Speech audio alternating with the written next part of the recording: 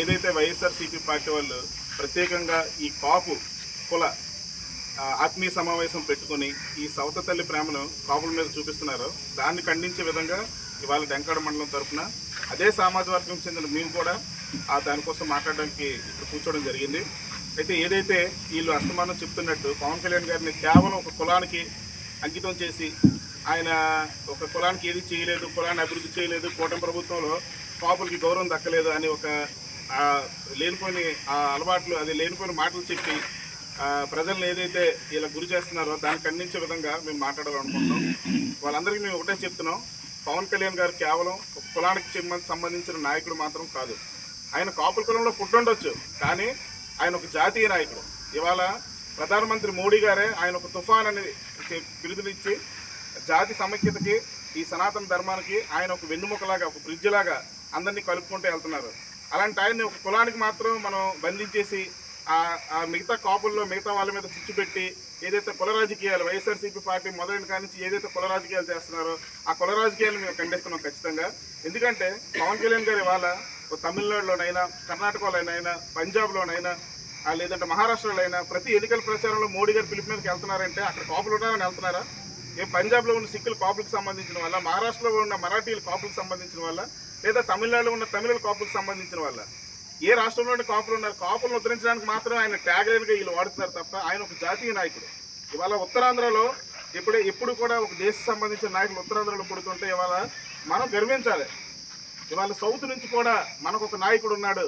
ఇవాళ దేశ సమగ్రతను కాపాడడానికి అందరినీ కలుపుకుంటూ, అన్ని రాష్ట్రాలను కలుపుకొని ఏదైతే సౌత్లో ఉన్న వాళ్ళందరినీ కలుపుకుంటూ ఒక నాయకుడు పుట్టాడని నిజంగా మీరు కాపులైతే, కాపులు ఇలాంటి నాయకుడు పుట్టినందుకు మీరు గర్వించాలి.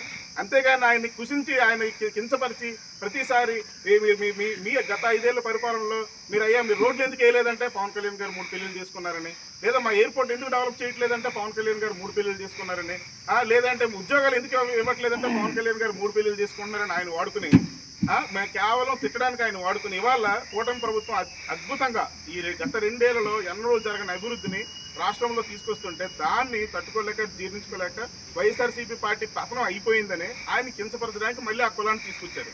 నేను ఇవాళ ప్రశ్నిస్తున్నాను, మీరు నిజంగా కాపులకి గత 5 సంవత్సరాల్లో గౌరవం దక్కిందనుకుంటే ఎంతమంది మీరు డైరెక్ట్గా ముఖ్యమంత్రి గారి దగ్గరికి వెళ్ళి కాపుల్ని బాగుపరిచే విధంగా, కాపులను ఉద్ధరించే విధంగా మీరు కాపుల కోసం మీరు ఏం చేశారు?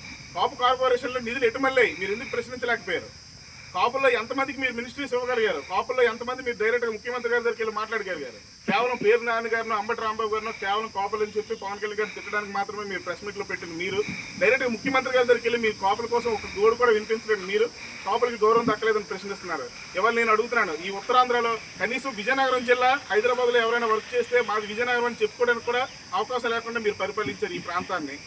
విజయనగరం అంటే ఏదో వైజాగ్ పక్కన ఒక ఏరియా అని చెప్పుకునేలా ఉండేది. ఇవాళ అద్భుతంగా ఎయిర్పోర్ట్ పనులు జరగడం వల్ల ఎక్కడైనా విజయనగరం అంటే ఒక గుర్తింపు తగిలింది. మీకు అందరికీ ఓపెన్గా ప్రశ్నిస్తున్నాను, వైఎస్ఆర్సీపీ కాపు నాయకులందరికీ, మీరు కుల రాజకీయాలు చేద్దాం అనుకుంటే, కాపుల కోసం మాట్లాడుకుందామంటే సవాల్ విసురుతున్నాం.